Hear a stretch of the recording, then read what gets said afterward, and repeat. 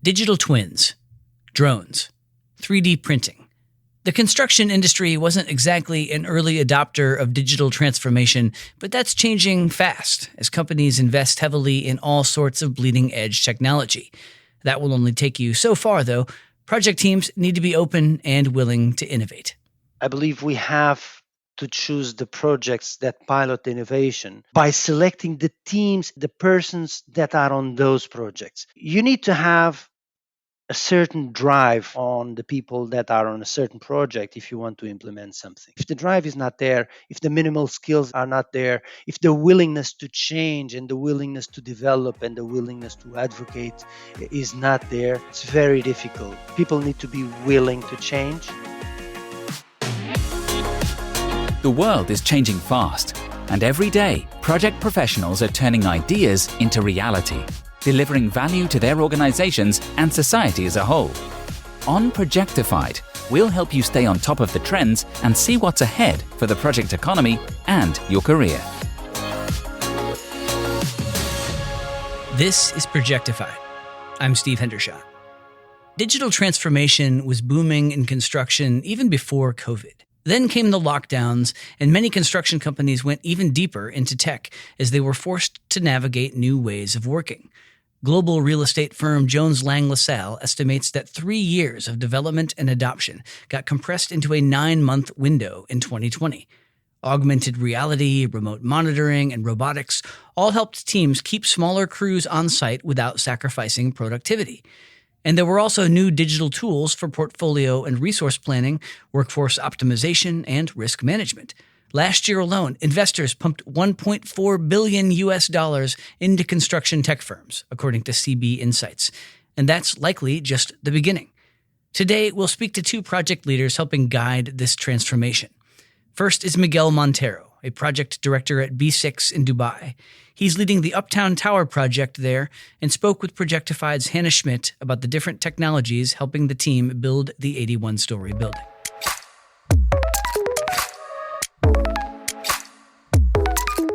Talk me through some of the ways you're using technology on the Uptown Tower project. In our project, considering the usual pain points of a typical high-rise project, we needed to be efficient on manpower. We needed to improve and resolve a silo problem on logistics.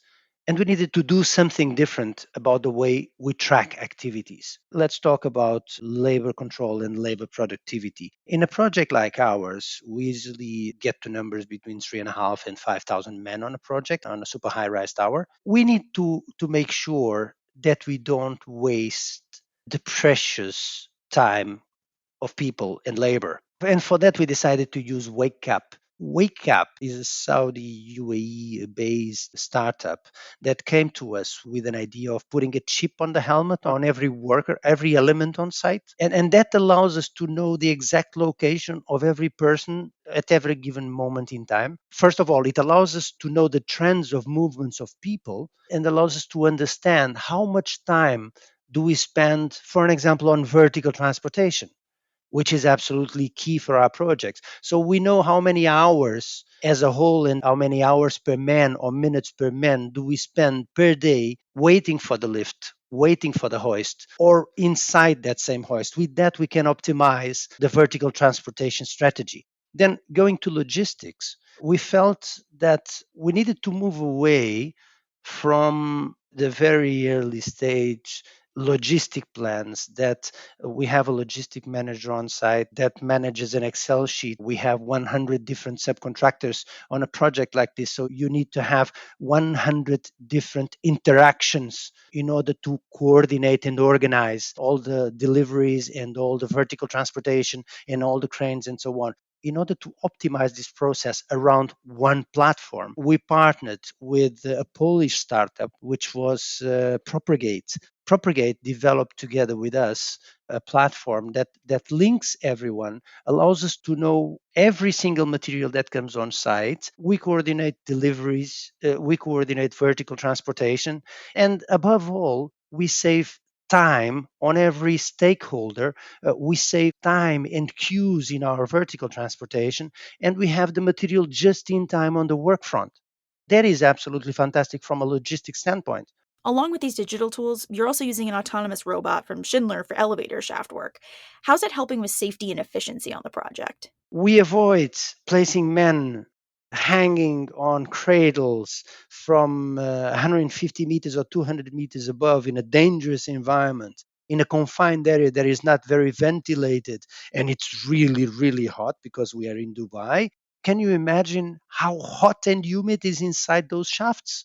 So we avoid putting men in those conditions by putting a machine doing it. And not only we avoid doing that, we become extremely more efficient and predictable. We know when we'll finish. If the machine is well planned, things will happen as planned.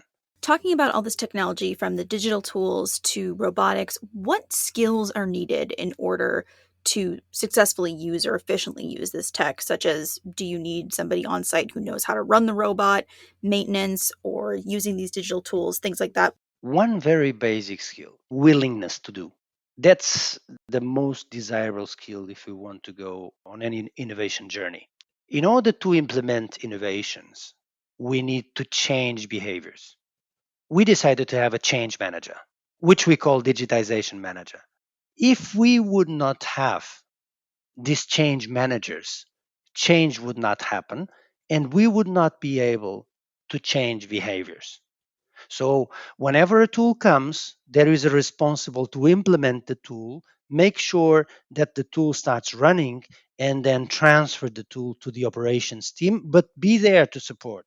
One person which connects with the developers, which connects with the operations, and is there always to support and never lets it die. Because it's very easy to implement something, then you move your focus and suddenly that tool dies. So we need to have management buy-in, change management control, change management drive, and the people as well willing to change. Are they digital experts? No, they are not. But we need to have some digital experts on the developer side. We can't develop it ourselves. We are masons and architects and steel fixers. We are building.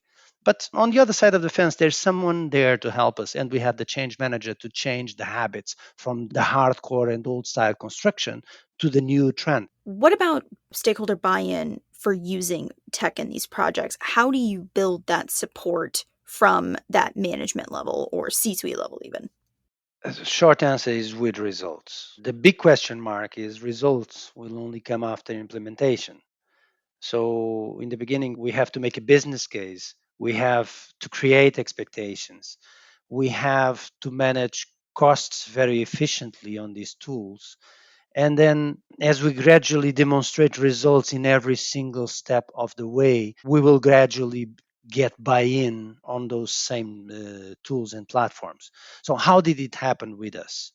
We had certain tools and we had certain problems. Whenever I approached C suite management, I sold our ideas in order to obtain a certain gain from our investment. There was a return on investment, and the startups were not prepared to show us from what we spend, what do we get, because they didn't have that data. It's very important for whoever is developing new technologies to be very aware of whenever we invest money and time, we need to convince all stakeholders on the return of our investment. And the return of our investments is not time only, it's time, resources, money. It's a series of things. And as well, the opportunity cost on doing it elsewhere with some other technology. So from the beginning, the business case has to be very well set, and the results and the quick wins have to happen and need to be demonstrated. We need to make regular presentations. We need to make regular celebrations on everything we do so that everyone understands how much are we winning with that, so that people come and feel pulled with this trend. What value has this tech delivered to the project so far, and how is that being measured? The answer to your question is very difficult to quantify considering that we are talking about startups and we are using these tools for the first time. So a lot of what we are doing is R&D. R&D from the software developers and R&D from ourselves because we don't even know what we know. We don't even know what we need. So it's very difficult to quantify what we get when we, in the beginning we didn't know what we needed. We know we have a problem, but we don't know how to solve. So we take a trial and error approach, and we will eventually get somewhere. With Wake Up, we needed to understand where do we waste, but we could only understand where do we waste time after looking at the data. As we started looking at the data, we started verifying we are not present on the work front time enough. So our percentage of time working on the work front is much smaller than we thought we would be. We were at that time at 59%. From 2,000 men that we have right now on site, we were only on the work front 59% of our time.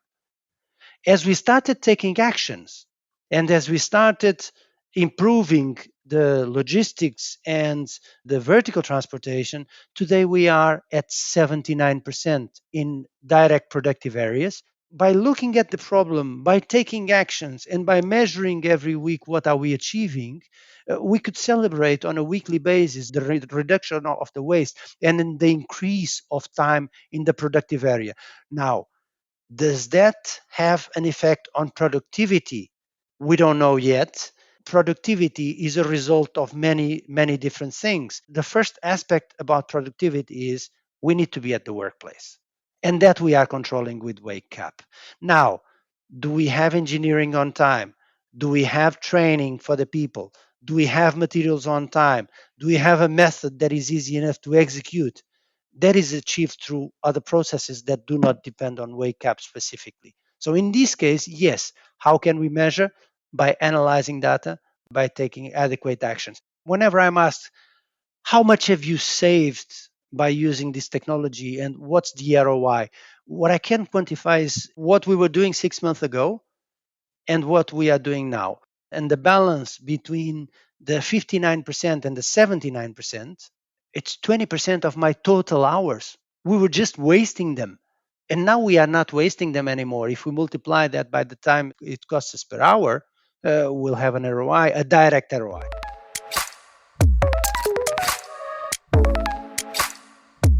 Technology isn't just making project teams more efficient and resilient. Matt Gough, Director of Innovation at Mace in London, spoke with Hannah Schmidt about how the construction company is using tech not just to increase productivity, but also to tackle global challenges like climate change.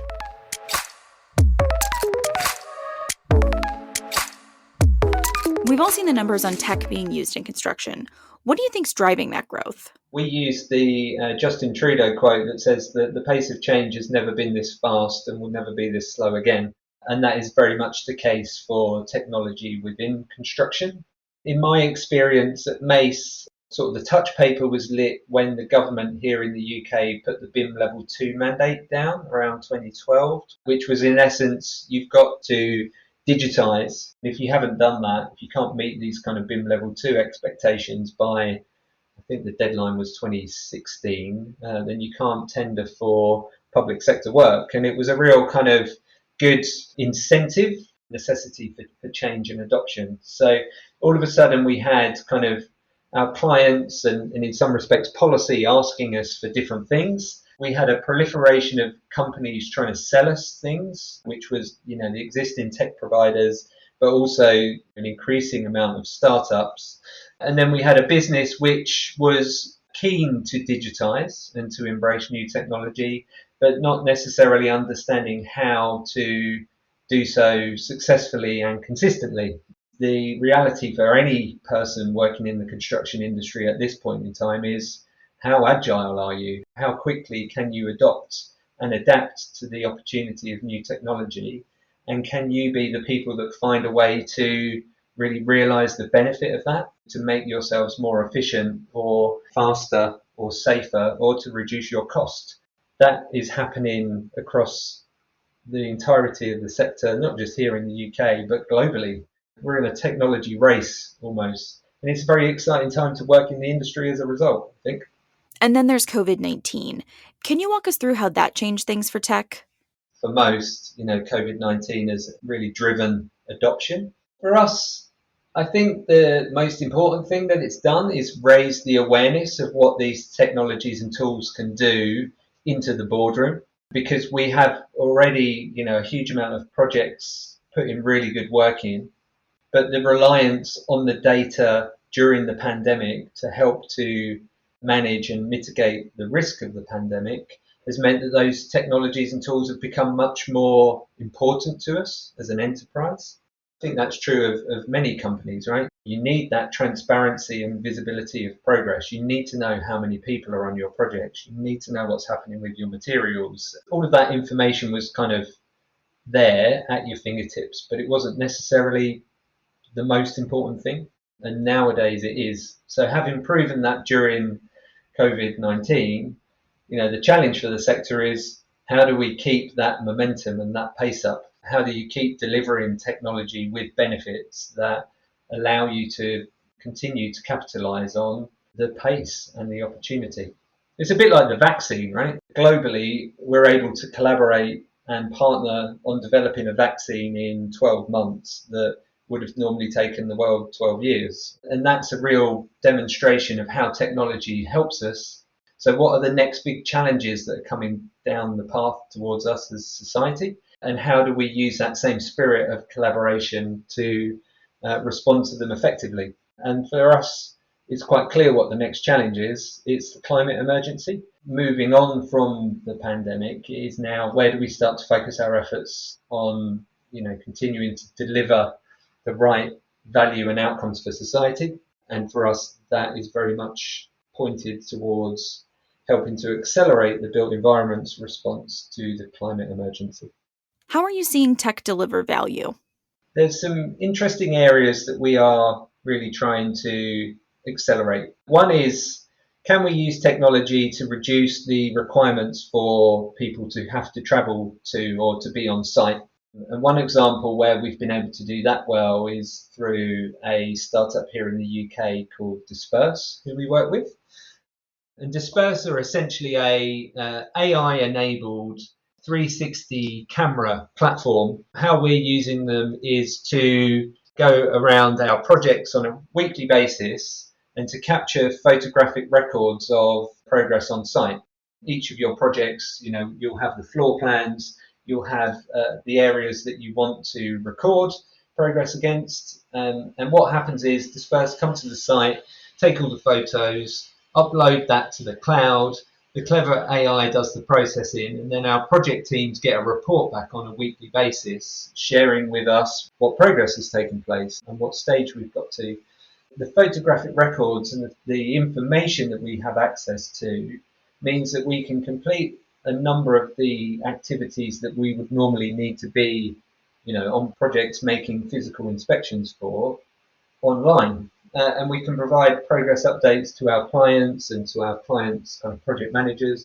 And the other bit that helps us to do, we've got some quite significant policy and regulation change coming here in the UK. We had the tragedy of the Grenfell accident 4 years ago now. And as a result of that, the industry has had to have a bit of a difficult look in the mirror at whether how we build things currently is acceptable, is safe enough, quality assured, and good enough quality. And as a result, there's going to be a number of changes in what we refer to as the Building Safety Act here in the UK, one of which is the golden thread of information. We will need to be able to prove at all stages of the project that things have been scoped, designed, and procured professionally, let's say. And when you look at how the information that we're capturing through tools such as Disperse, we're already starting to create this really quite rich information source of the progress and the installation quality, etc., on the projects that we are responsible and fortunate enough to build.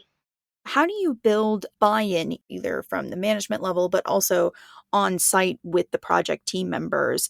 And also, what kind of training does that look like to make sure that new technologies can be introduced on site to team members, used, and then correctly executed? A lot of it is about usability.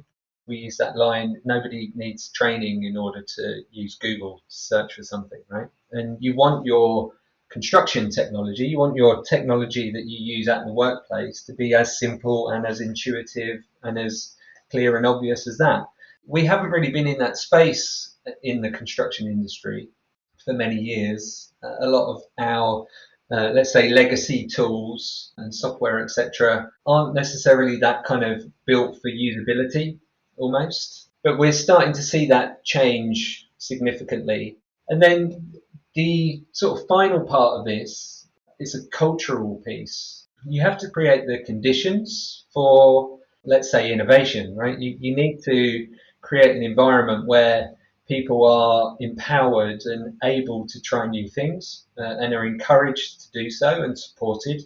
And also an environment that is safe enough such that if it doesn't work, you can fail fast, you can learn from it, and you can carry on. And that kind of more open innovation model is not something that is that kind of common or consistently held in our industry in the past, but is very much becoming the kind of MO and how certainly Mace wants to do business moving forward.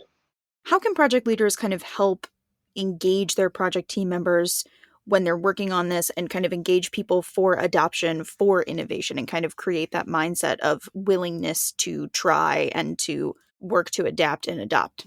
Our project leaders have massive responsibilities on their hands in terms of the amount of people that they have oversight for, the amount of revenue and finance, etc., that they are sort of churning through their projects on any sort of weekly or monthly basis. So the culture in construction is quite supportive in that respect. But a lot of the time what happens is contracts and the way that things are procured kind of gets in the way and limits innovation almost. It's the adversarial nature of construction that I know we're all trying to move away from. But just creating those kind of relationships and environments where you can collaborate and your partners, whether that's your designers, your engineers, whether that's your supply chain, feel like they are able to proactively challenge and try new things without fear of being penalised if that goes wrong. That's the massive transformational piece in the industry.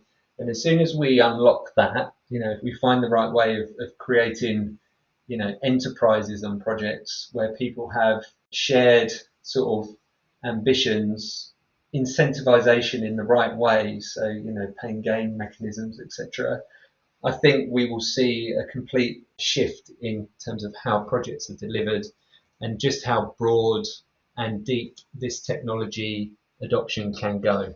What tech do you expect to see in the construction sector in the next 5 to 10 years? We are doing some really interesting stuff around artificial intelligence and machine learning across data to make better decisions. The construction industry hasn't got access to enough data at this point in time. So we need to first drive up adoption of technology. Once we've got it and we've got consistent voluminous data, how we can optimize what we do through AI is, I think, a real kind of game-changing moment. We're seeing a huge amount around new materials because we do need to keep building things. Urbanization and the rate of population growth means that we're just going to keep building. New material tech that can help us with low carbon solutions, I think, is going to be really important. We talk a lot about industrialized construction at Mace. We talk about moving from construction to production. And within that, how can we digitize the supply chain is an area of real focus for us and also real opportunity. That's essentially partnering and working with our supply chain in order to help them to digitize, but also using digital technologies, whether it's tagging and tracking of materials, tagging and tracking of productivity, etc., within our supply chain is very important. For a long time, we've been quite hung up on technology in the construction sector and this kind of perceived fear. There's a lack of digitization. There's been a kind of tone over certainly the years that I've been in this space that we're not doing enough and we're going to get disrupted. There'll be the blockbuster moment in construction by some big clever tech company or what have you. And the reality is that was a little bit of a misnomer. Technology is an enabler for the construction sector to do things better.